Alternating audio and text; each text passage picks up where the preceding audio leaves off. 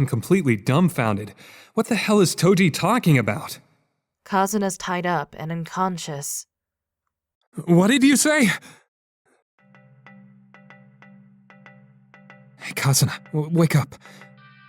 I support Kazuna after releasing her from her bonds. Might as well try patting her on the cheek.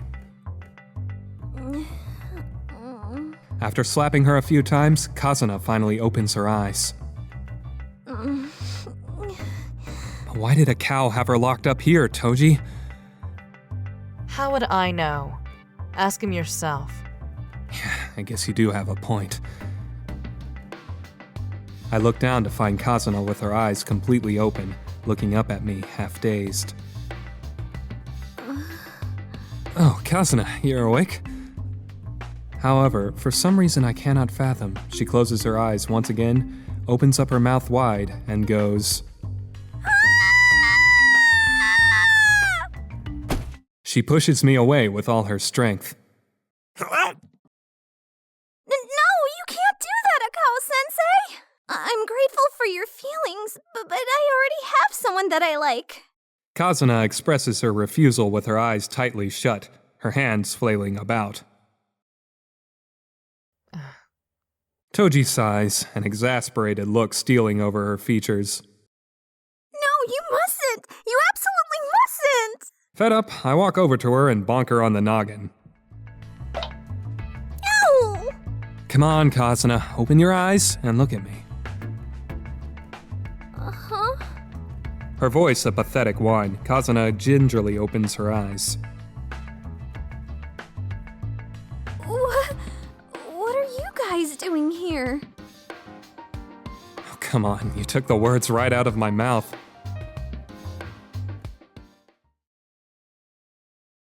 And a short while later... Wow. After hearing our side of the story, Kazuna stands there with her head cocked in confusion. You know, I never even thought for a second that Akao-sensei would be involved in those murders. Yeah, I can see where you're coming from. Hell, I feel the same way. I would have never realized his place in things if Toji hadn't brought me Senri's member list. So why the heck are you here? Right. Actually, I had rehearsal today, and I was on my way home. Kazuna gesticulates around with her hands while telling her tale. She'd been walking along, alone in her thoughts. When she reached Ueno Park, she sensed a presence behind her. And then... Somebody kept following me, and I got so scared and started running. But then I slipped on some snow and... I see. Man, that's ridiculous. It sounds fittingly Kazuna-esque, though. As I thought, oh no, some perp's gonna rape me, I saw the guy's face and it turned out to be Akao-sensei.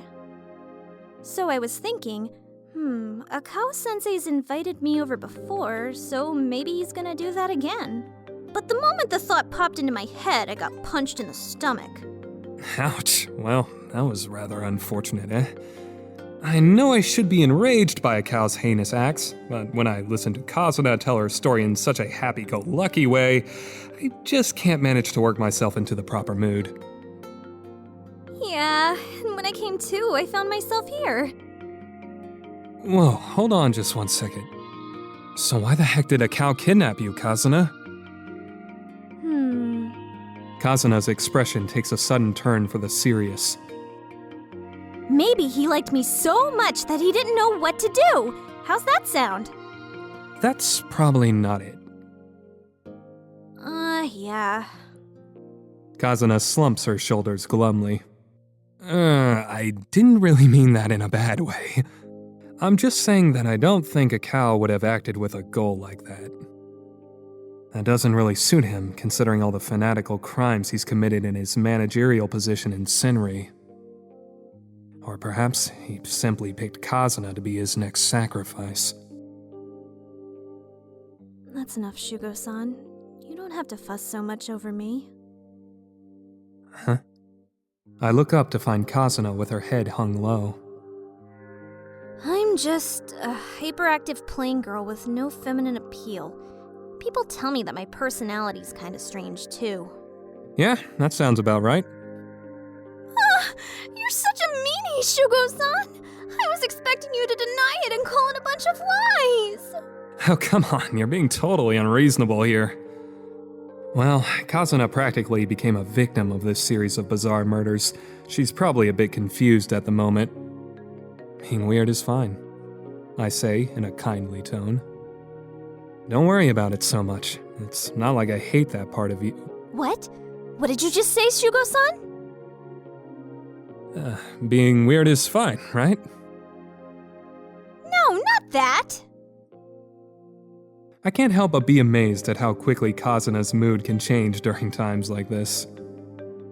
Come on now, tell me how you really feel. I think it's about time we get going, right, Toji? I turn around to see Toji looking over with an inexplicably bored expression. You guys are finally done? Sorry for making you wait.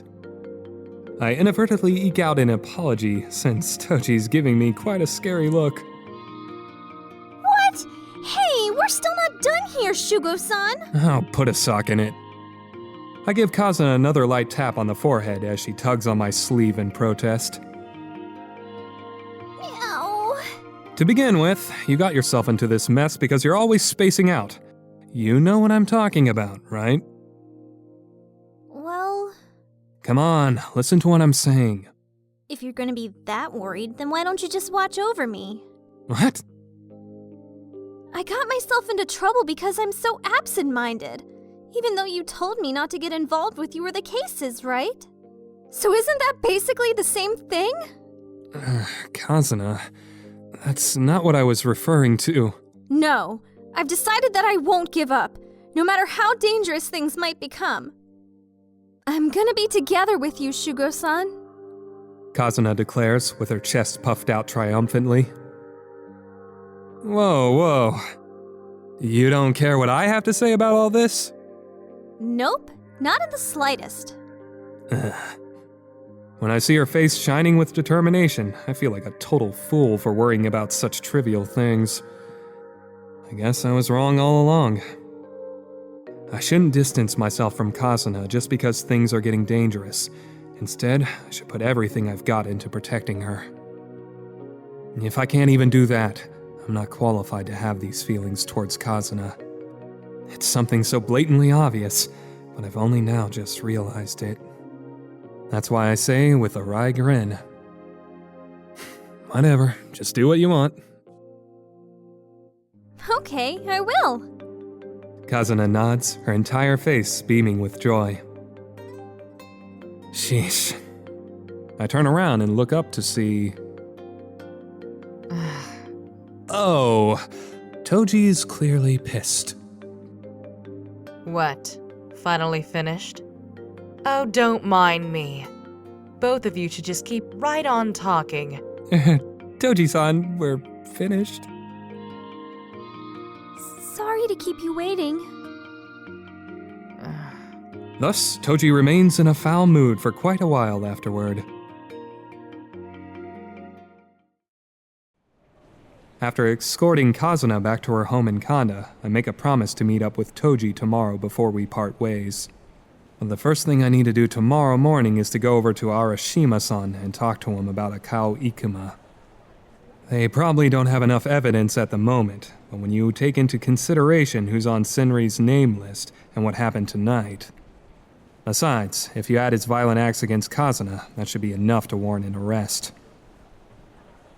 What happens after this is all in the hands of Arishima and the police. Toji and I will continue our search for Kohzuki Yura. If we can get some evidence from Shigasa, Tokiko, and Akao, perhaps that will shed some more light on the whole affair. And... after a long day of work, I return to my room. One of Toji's subordinates is sitting in the lobby of the apartment with a bored look on his face. He's a tough-looking young street punk. Thanks, buddy. Sorry to keep you here so late. Hey there. Welcome home, Shugo-san. You don't happen to have any snacks for me, do you? I'm starving to death after being stuck here all day long. I'm not exactly well off enough to buy you food. Sorry, kid. Oh well, too bad. He may look mean on the outside, but the truth is, he's actually pretty amiable. He's here as a temporary guard. I prefer if he were a little more uptight, but... Anything happen while I was out and about? It's been peace and quiet the entire day. No suspicious-looking fellas came and snooped around or anything. I see. Well, that's a relief. It looks like the Senri cultists haven't located this apartment yet. That girl's still cooped up inside the room. She's been pretty quiet. I see. Thanks. Nice work today. You're free to go if you want. I thank the man and ascend the stairs to my room.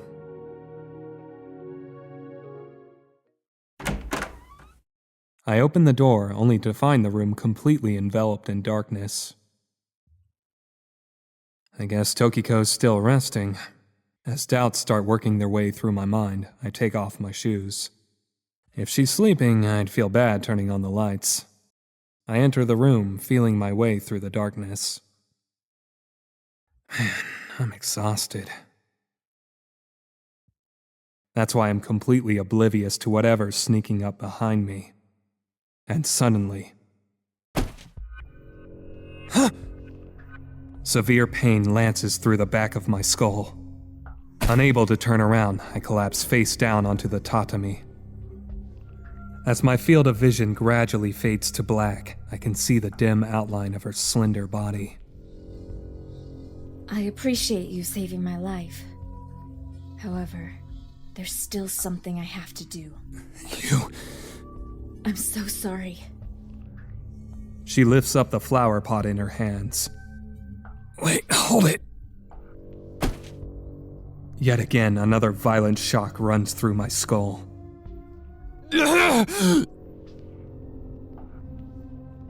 After spending a few moments staring at me groaning on the floor, she leaves the room without another word.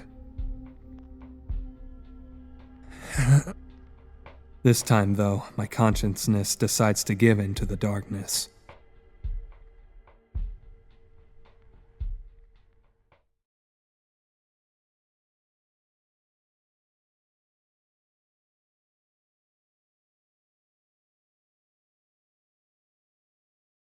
A dull, throbbing pain reverberates within my skull. I sleep on, trapped in some kind of dark, hazy nightmare. And... Hey. I wonder how much time has passed since Shigasa Tokiko left the room. Hey, Shugo. Get up. Somebody's grabbed my back and is shaking me roughly. Huh? I'm finally starting to come to my senses.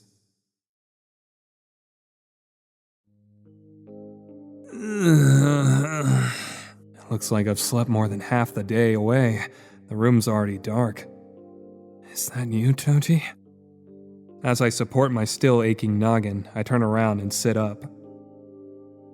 What were you doing sleeping in a place like that? Toji looks down at me irritatedly, probably because I missed our appointed meeting time. Well, as I try to clear some of the fuzz out of my brain, I say, "There's actually an interesting story behind all this." You let Shigasa Tokiko get away, right? What? At a loss for words, I look up into Toji's face. How did you know that? Huh. Toji nods angrily, then tosses the newspaper in her hand at me. It's today's evening edition. Things have gotten quite serious while you were having yourself a pleasant little nap. Huh? Curious, I glance over the articles.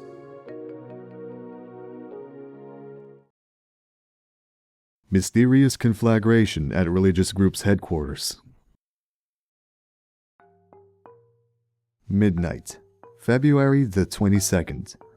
A notice went out that the main temple of Senri, a newly formed religious organization located in Aoimachi, has gone up in flames.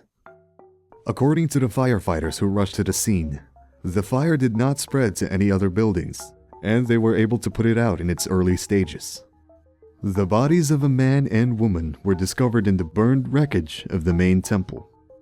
The Ueno police have identified the bodies as 2 members of the church leadership, Akao Ikuma, age 32, and Shigusa Tokiko, age 24. 2 corpses in the burned wreckage? Toji nods silently. Oh, whoa. What the hell's going on here? It's so out of the blue that I can't even wrap my head around it. All I can do is keep voicing my questions. What happened to the other cultists? I'm pretty sure a lot of priests were living in that building. The leader had them temporarily moved to another facility. They explained that it was for some sort of special ceremony. Dazed, I keep staring at the article. There's still something I have to do. That's what Shigusa Tokiko had said to me last night. Is this tragedy what Shigusa Tokiko wanted? That's pretty much impossible to know now, since she's dead. Is this how it all abruptly ends? Is this really how the string of murders that have continued to plague us this last month come to a conclusion? Shugo. Unable to shake off my bewilderment, Toji continues. There's another problem. You'd better keep reading that article. The authorities have taken the present situation seriously and have started a comprehensive investigation into Senri. As a result, the bodies of 2 missing girls were discovered in a training facility built in the mountains behind the main temple. Furthermore, another female corpse was discovered, buried in the same area. The corpse has been identified as a girl who went missing 5 years ago, Kohzuki Yura, age 21. As there are a number of suspicious wounds on the body, the Ueno police are working quickly to determine whether this was a homicide. It's only been a single day since the fire at the main temple. The investigators are unable to hide their shock as more details come to light in this unprecedented atrocity. I can't believe this. Kohzuki Yura found, but as a corpse? I'm only able to choke out a few words of disbelief. By the time I got to the scene, the entire neighborhood was going nuts. There was a huge crowd of curious onlookers, police, and Senri members. It appears as though the leaders disappeared. The guys down at Ueno PD are trying their best to track her down, but... Toji lets out a derisive chuckle. At any rate, it looks like her job is finished. I look up from the newspaper to see Toji looking down at me grouchily. Kohzuki Yura's been found. All that's left for you to do is tell your client, and our job is done. But... I'm at a loss for words. I just don't feel any sense of closure in my heart from the odd way this whole fiasco came to an end. I understand how you feel, Shugo.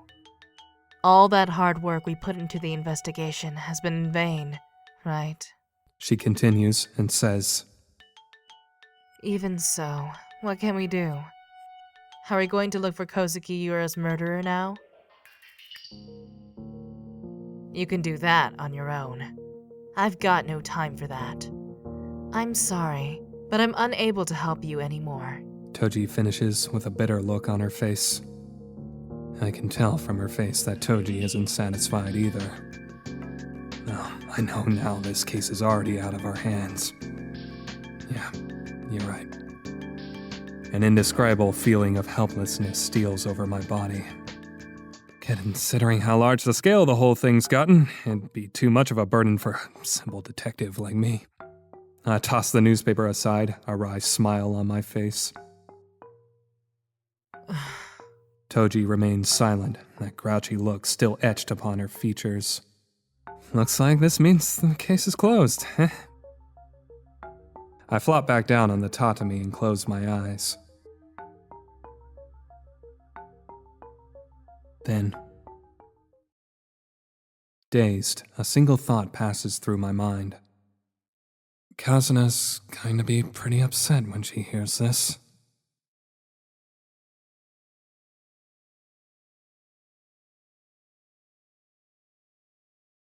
A couple weeks have passed. The whereabouts of Senri's leader have still yet to be revealed. Nobody except church leadership knew what the Holy Prophet actually looked like. The police have also failed to turn up any substantial leads. What's more, Senri may potentially disband, as they've lost the things unifying them, with the disappearance of their leader and the fire in their main temple.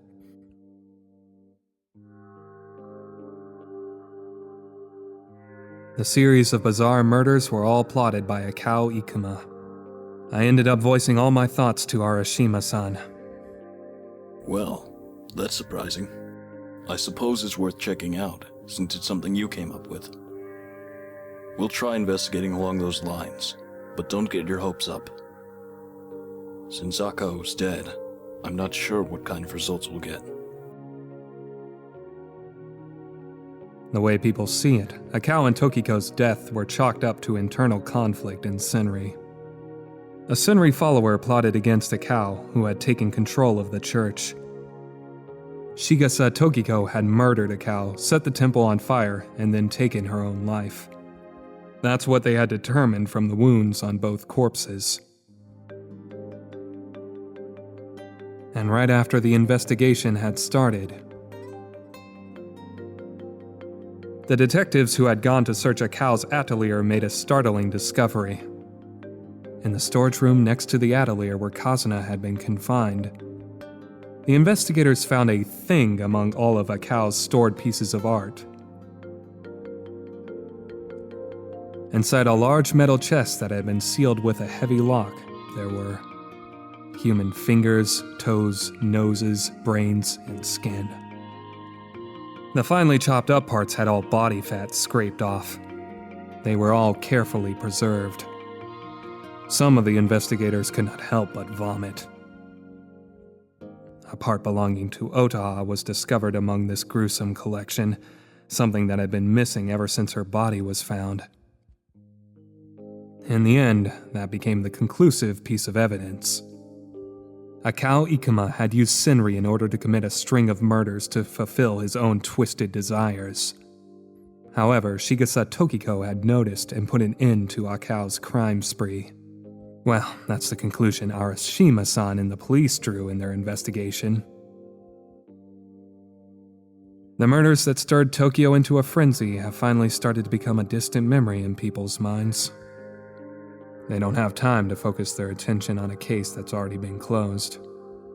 Arishima-san keeps himself busy as ever after the investigation finishes, as he starts working on other cases. And the snow blanketing the streets have melted, and gentle rays of sunlight now herald the arrival of spring. Evening at Ueno Station.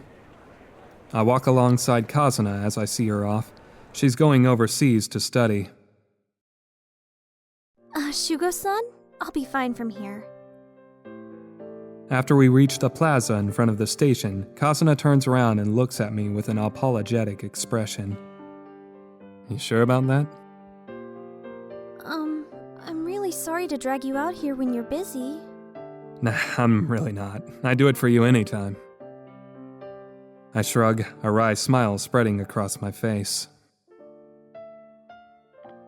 After the serial murder case was closed, after I informed Kazuna of Yura's death, she got so depressed that it was literally painful for me to look at her. She didn't show up to visit me in my apartment, and she took hiatus from theater rehearsals as well. But after a while, she turned up again with a confident, cheerful look on her face. The thing is, though, I'm giving up on my sister. I always wanted to apologize to her, but... She seemed somewhat glum when talking about Yura. After bouncing back from her brief bout of depression, Kazuna devoted herself to rehearsals as though possessed. She lost herself in the world of theater. She was so immersed, she practically forgot to eat and sleep. Seeing how passionate she had become, a director brought up the idea of going to study overseas. Give it everything you've got, Kazuna. Your dreams finally come true. Yeah, I'm really happy about that, but Kazuna seems a bit sad as she mutters. I won't be able to see you for a long, long time, Shugo-san. Oh, well, what can you do? I really want to go with you, but, that's not happening. She lowers her voice to a whisper. You know, Shugo-san, the truth is, I'm worried sick. Huh?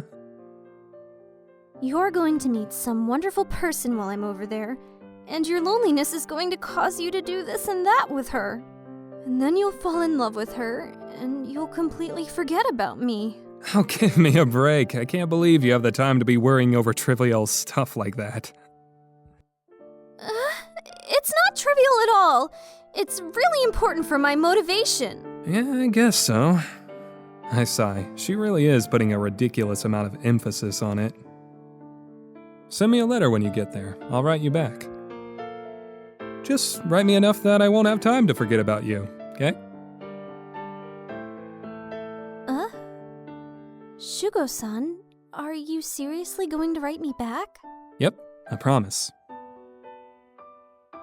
Okay, well that's a relief. After nodding emphatically, Kazuna dashes off toward the station. And I'm never gonna forget, okay? Not about you, the case, my sister, or anything else. yeah, she's absolutely right. There's no way we could easily forget about those terrible murders. That's why That's why you... I got it! I won't forget. I'll be waiting for you. Relax and have a safe trip. Okay, see you later. With the crimson sky as our tableau, Kazuna vanishes into the crowd in front of Ueno Station. 2 weeks later, paying a visit to the Ueno post office has become part of my daily routine. Kazuna sends me a letter about every 3 days. She's having it rough dealing with an unintelligible language and unfamiliar food. The family she's staying with treats her pretty well, though. She's entered the theater group she was referred to, but she's having trouble playing catch-up. Despite her hardships, she's giving it her all, making friends and coming to enjoy her new experience. Even though Kazuna gets blue and complains every once in a while, she's still chasing her dream. It's encouraging, but at the same time, it makes me feel a bit lonely. I'm not just being self-deprecating for no reason, like I used to. It's just that when I see how Kazuna is coping with the aftermath of the case and moving on with her life, I can't help getting fed up with how I can't seem to let go and move on myself.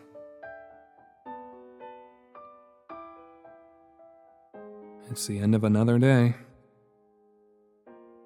After I take my letter to Kazuna over to the post office, I head downtown and take care of some business Toji asked me to deal with. It ends up being a simple background check and search. Toji's only been giving me easy jobs like that as of late. They don't require much brain power or effort. Though I have to say that they're perfectly fitting for a guy like me who's become unable to focus on work.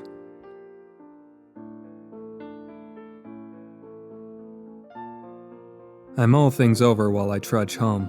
Before I realize it, I've arrived in front of my apartment. I sigh and look around at the place that has become my humble abode. I think it's sometime around dusk. The sun's already set, but the sky still retains some vestiges of crimson. I can't see the glow of electric lamps shining through the windows of houses. All is quiet as the city teeters on the brink of nighttime. I drag my weary body up the dark stairway. As I look down at my feet, half dazed, I start to think about the past. That's why. I don't notice the voice at first. I must have drifted off while reminiscing how uncharacteristic of me. Shugo-sama. I'm suddenly struck by a strong sense of deja vu. It's a voice I've heard countless times before, 7 long years ago. I look up to see who the voice belongs to.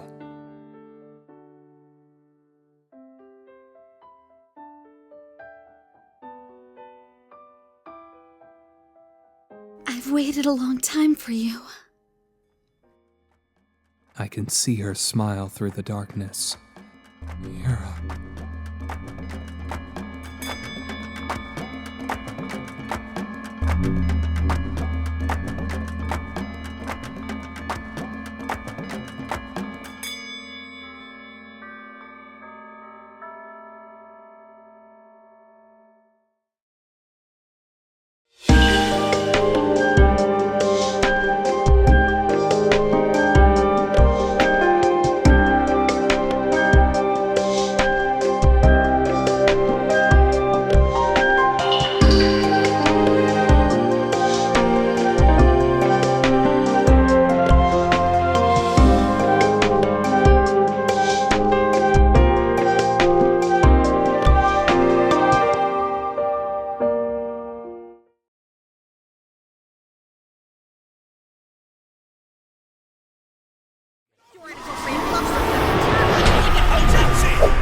Let's start project.